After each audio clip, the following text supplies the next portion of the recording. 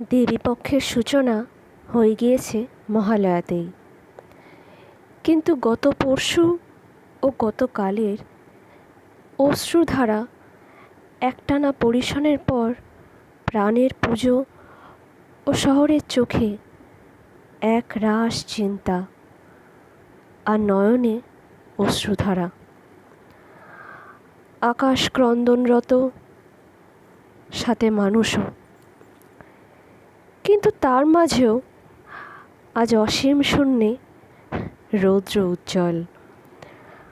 হয়তো সে শান্ত এবং ক্লান্ত। আশা রাখি ইহাই বিরাজিত হোক অন্তত দুর্গা বিসর্জন পর্যন্ত।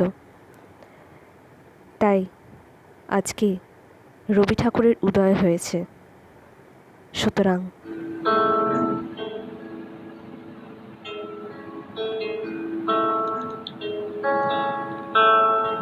বহে নিরন্তর অনন্ত আনন্দ ধারা, বহে নিরন্তর অনন্ত